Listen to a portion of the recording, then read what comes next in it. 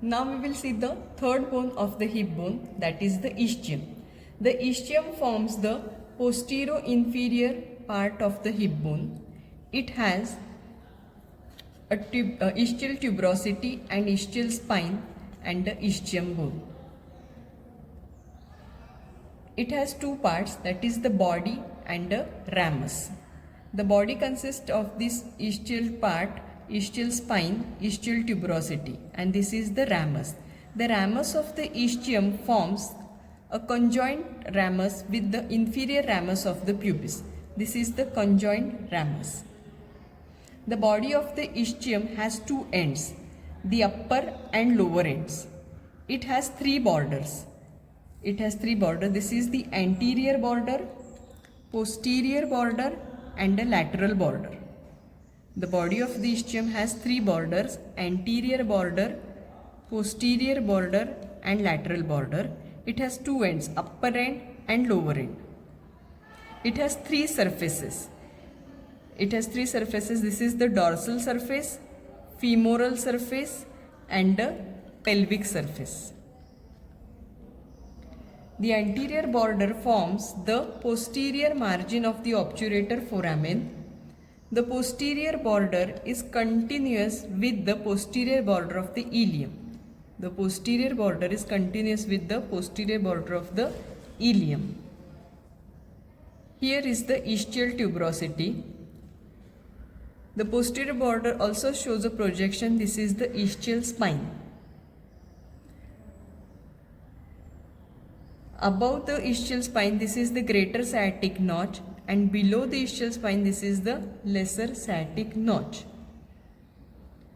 The femoral surface lies between the anterior border and lateral border. So this is the femoral surface. The dorsal surface is continuously above with the gluteal surface of the ischium. This lies between the lateral border and the posterior border. So this is the dorsal surface, and in between is the pelvic surface, which lies between the anterior border and posterior border. This is the pelvic surface of the ischium. The pelvic surface is smooth. It forms the lateral wall of the true pelvis. Now we will see the attachments. The ischial spine gives attachment to the sacrospinous ligament. It also gives origin to the posterior fibers of the levator ani. The lesser sciatic notch passes the tendon of the obturator externus.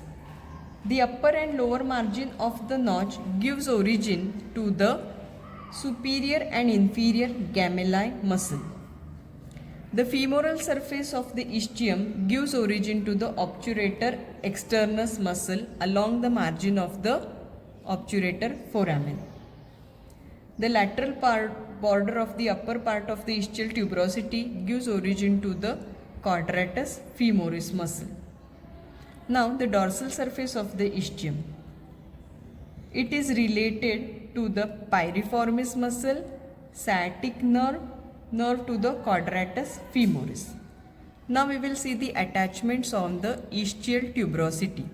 The ischial tuberosity is divided into two parts by the transverse line into upper part and lower part, and the oblique line divides again into the superior-medial quadrant, superior-lateral quadrant, inferior-medial and inferior-lateral quadrant. Now we will see the attachments.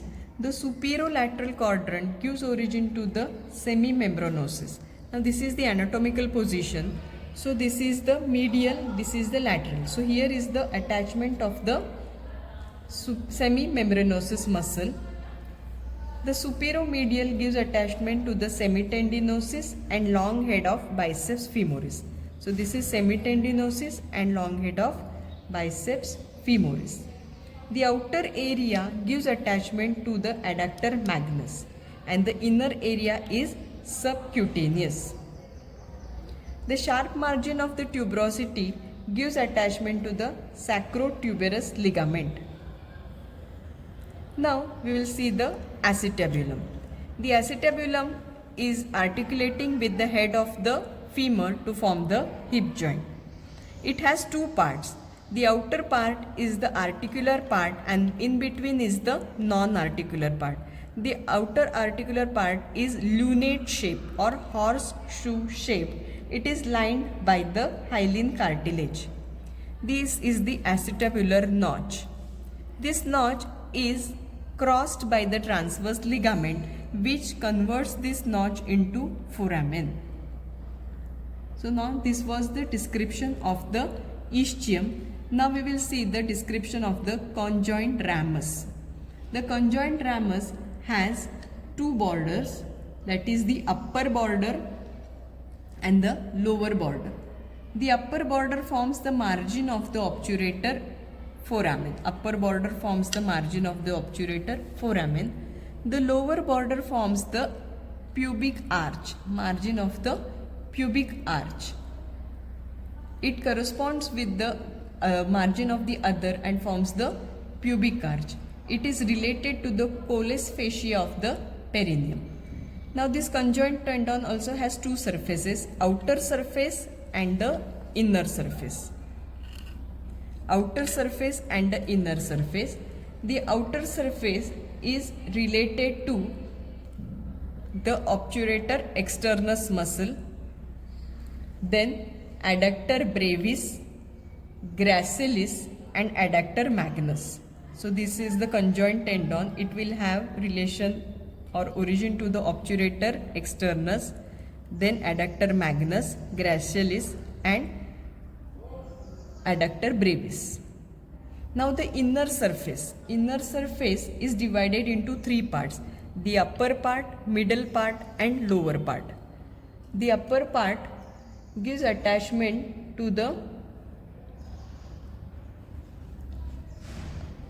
perineal membrane below, and in between there is the transverse perineum. It is related to the dorsal nerve of the pelvis and internal pudendal vessels.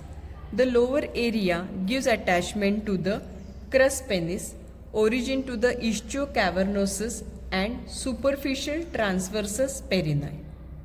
Superficial transversus perineum muscle, ischiocavernosus, and it also provides attachment to the crus of the penis, the lower part.